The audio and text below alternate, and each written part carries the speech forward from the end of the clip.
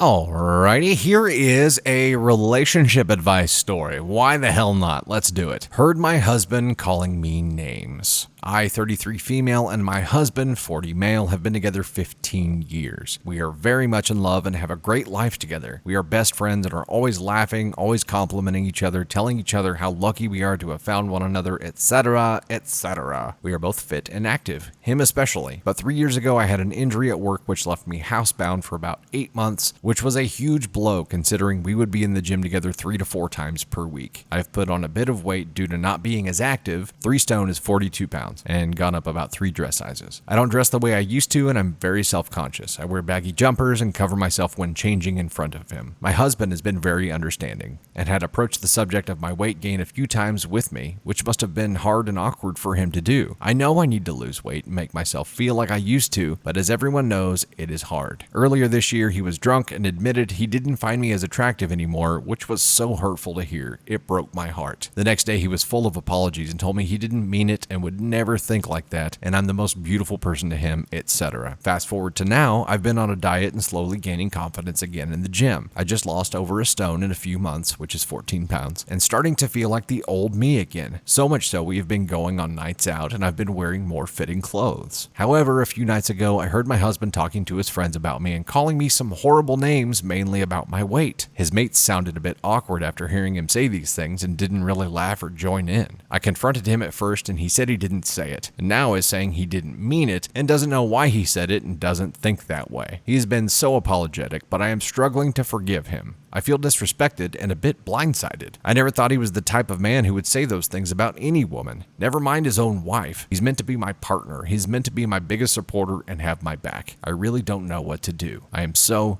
hurt by these comments. He has completely crushed me. He just doesn't feel like the same person anymore. I told him I needed some time to process. Any advice would be really appreciated. Oy vey. Okay, hold on.